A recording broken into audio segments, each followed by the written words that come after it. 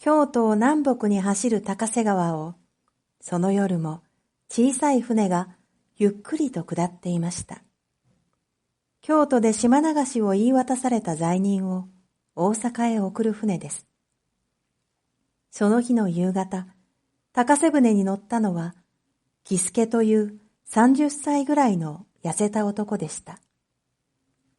役人、庄兵衛は、この男が弟を殺したとだけ聞いていました。静かな夜でした。喜助は黙って月を見ていました。庄兵衛は、この男は普通の罪人とは違うと感じました。よく見ると、喜助の顔には悲しみも後悔もありません。旅行でもしているかのように楽しそうなのです。もし弟がひどい悪人だったとしても、その手で家族を殺してこんなに楽しそうにできるでしょうか。頭がおかしくなったようにも見えません。庄兵衛は我慢できなくなって聞きました。喜助、何を考えている？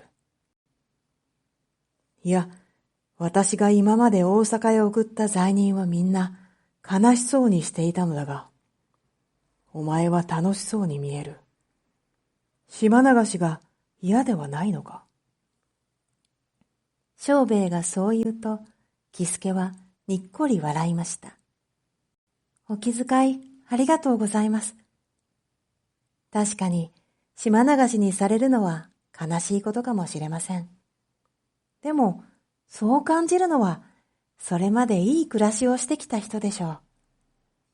島の暮らしは大変かもしれませんが、私が今まで経験したことよりは、ずっと楽なはずです。私は今まで自分がいてもいい場所がありませんでした。今はその島へ行けと、そこにいてもいいと言われているんです。ありがたいことです。それに、こうして200文ももらいました。喜助はそう言って、着物の腹のところを大事そうに触りました。島流しの罪人は生活費として200文もらえるのです。恥ずかしいことですが、私は今日までこんな大金を持ったことがありませんでした。給料は安かったし、もらってもそのまま借金を返しに行って、また借りるだけでした。仕事を見つけるのも大変ですから、給料が安くても雇ってくれれば一生懸命働きました。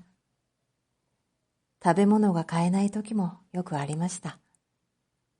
でも、牢屋に入ってからは、働かなくてもご飯がもらえました。嬉しかった。しかも牢屋を出るとき、こうして生まれて初めて自由に使えるお金をもらったんです。島でどんな仕事ができるかわかりませんが、このお金で何か新しいことをやってみようと思っています。だから今、とても楽しいんです。庄兵衛は、そうか、としか言えませんでした。庄兵衛には妻と4人の子供がいます。給料は悪くないですが、妻は裕福な商人の娘で節約ができないから、時々夫に黙って実家から金をもらっていました。庄兵衛はそれに気がつくと、いつも嫌な気持ちになりました。いくら給料が上がっても、自分が自由に使える金はありません。もらった金を右から左へ渡すだけだという点では、庄兵衛は喜助と同じです。喜助が200文もらって喜ぶ気持ちはわかります。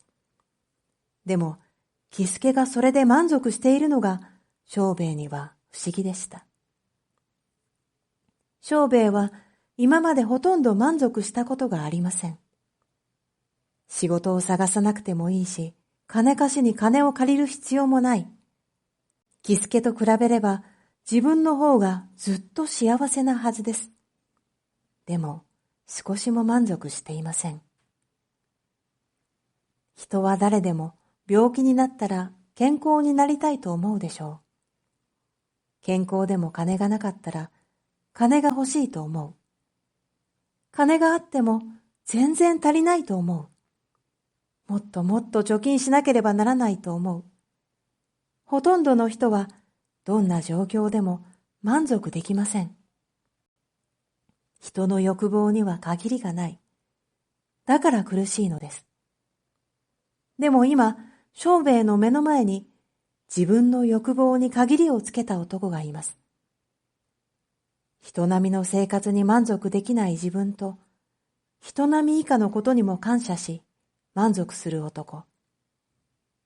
自分とこの男の間には何か決定的な違いがあると感じました。喜助さん。と庄兵衛は思わずさんをつけて呼びました。喜助が不思議そうな顔で庄兵衛を見ましたが、庄兵衛は構わず続けました。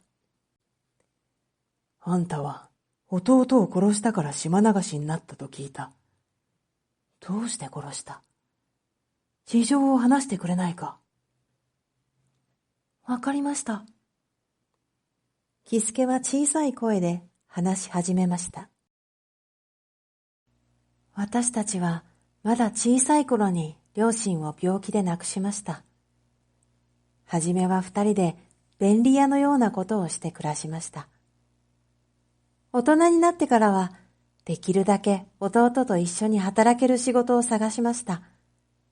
でも今年の初めに弟が病気になって働けなくなってしまったんです。弟はいつも兄さん一人に働かせてごめんと謝っていました。あの日、家へ帰ると弟の布団が血だらけになっていました。近づいてみると弟の首にカミソリが刺さっていました。息をするたびにごぼごぼと血が絡んで苦しそうでした。自分で喉を切ったと弟は言いました。私はもう治らないから早く死んで兄さんを楽にしたかった。でもちょっと失敗した。兄さん、このカミソリを抜いてくれ。そうしたらすぐ死ねるから。早く死なせてくれ、兄さん。私は迷いました。でも弟の目が早くしろ、早くしろと言っているようでした。私は弟が望む通りにしてあげようと思いました。それで弟の首からカミソリを抜きました。その時、あっという声が聞こえました。私がいない時に弟に薬を飲ませてくれるように頼んでいた近所のおばあさんが慌てて走っていくのが見えました。それから私は近所の男たちが私を捕まえに来るまでずっともう息をしていない弟の顔を見ていました。安心したような穏やかな顔でした。喜助は自分の膝を見ながらそう言って黙りました。庄兵衛は混乱しました。これは人殺しなのか。弟は自分で喉にカミソリを刺した。それを抜いてくれと頼まれて喜助は抜いた。もう助からない弟を楽にしてやった。それが罪と言えるのだろうか。考えてもわかりません。これはもうお奉行様の判断を信じるしかないと庄兵衛は思いました。でも何か納得できないものを感じました。沈黙の二人を乗せた高瀬舟は静かに黒い川の上を滑っていきました。